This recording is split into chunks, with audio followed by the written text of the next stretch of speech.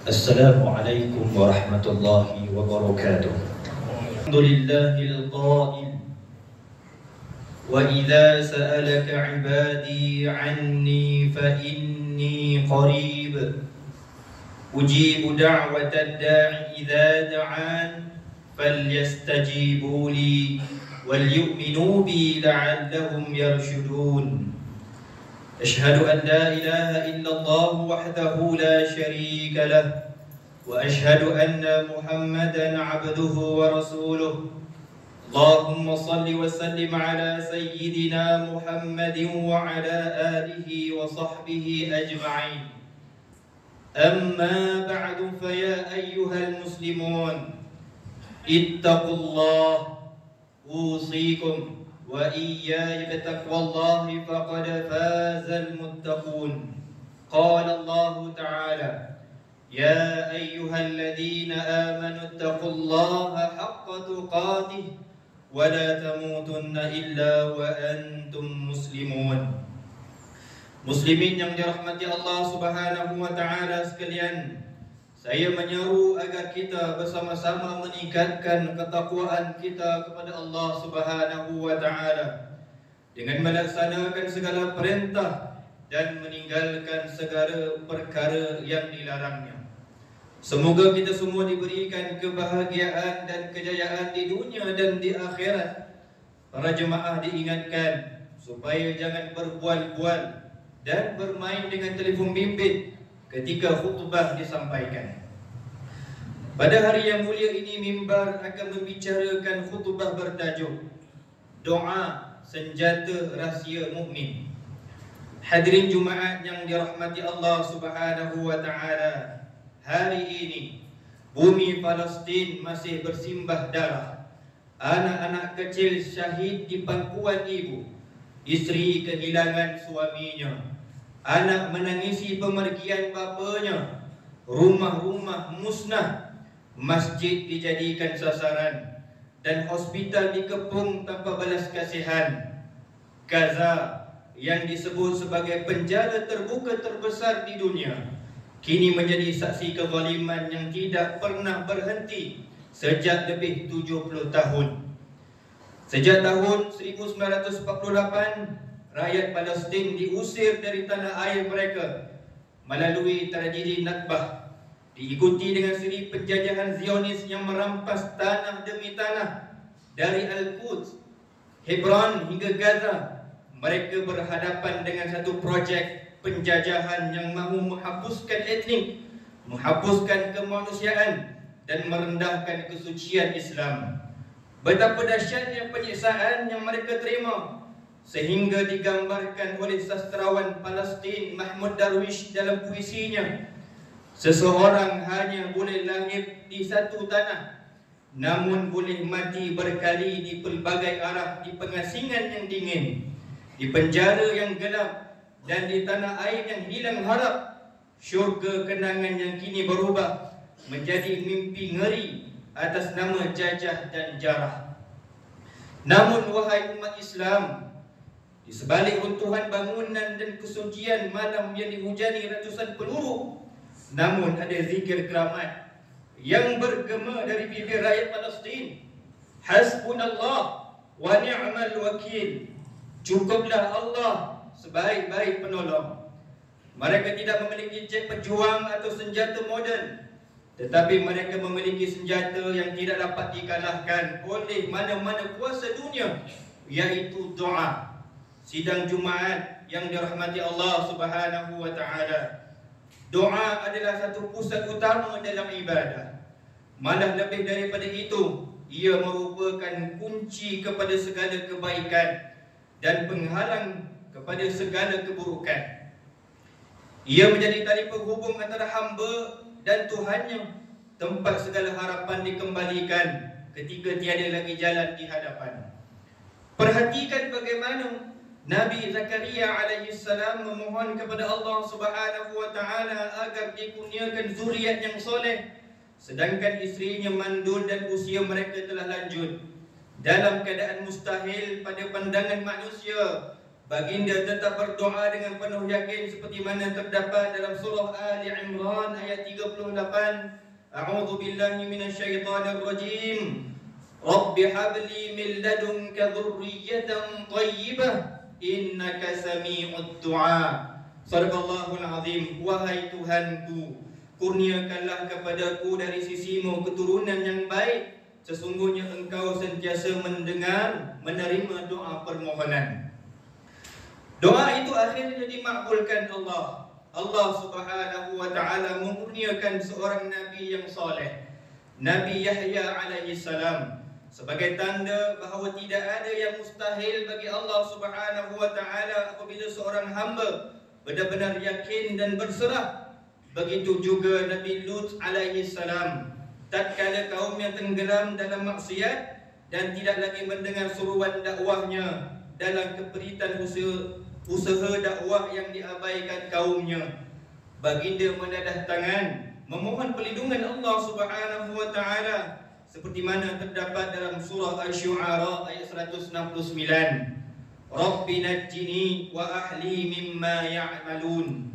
Wahai Tuhanku, selamatkanlah aku, keluargaku dan para pengikutku daripada perbuatan yang dilakukan oleh golongan yang jahat itu. Allah Subhanahu wa ta'ala menyelamatkannya daripada azab yang menimpa kaumnya. Demikianlah doa senjata tanpa suara yang membelah segala keangkuhan dunia. Oleh itu, jangan sesekali kita meremehkan kekuatan doa dan jangan cepat berputus asa bila belum nampak hasilnya. Sesungguhnya kelewatan bukan bererti penolakan. Ada kalanya Allah Subhanahu wa ta'ala menangguhkan untuk memberi yang lebih baik daripada apa yang kita minta. Rasulullah sallallahu alaihi wasallam ada menyebutkan dalam sebuah hadis yang diriwayatkan daripada Abu Hurairah radhiyallahu anhu bahawa baginda sallallahu alaihi wasallam bersabda, "Ma min mu'min yansibuha wajhahu lillah yas'aluhu mas'alatan illa a'tahu illa iyyaha. Imma ajjalaha lahu fid dunya wa imma zakharaha lahu fil akhirah ma lam ya'jal." Qalu ya Rasulullah wa ma ajalatuhu? Qala yaqulu da'awtu wa da'awtu wa la ara yustajabu li.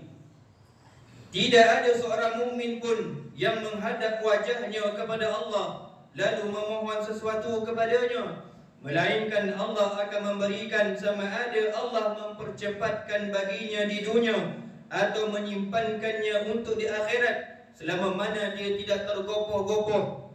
Para sahabat bertanya, "Wahai Rasulullah, apakah maksud tergopoh-gopoh itu?" Baginda menjawab, "Dia mengeluh, aku telah berdoa dan berdoa, tetapi aku tidak melihat doaku diperkenankan." Riwayat Bukhari.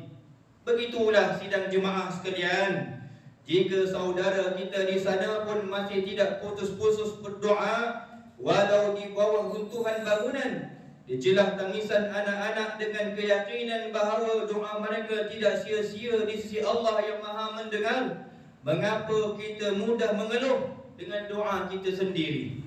Maka jangan berhenti berdoa untuk saudara kita di Palestin, kerana doa adalah tanda kita masih percaya, masih berharap dan masih hidup dalam naungan kasih sayang Allah Subhanahu wa ta'ala.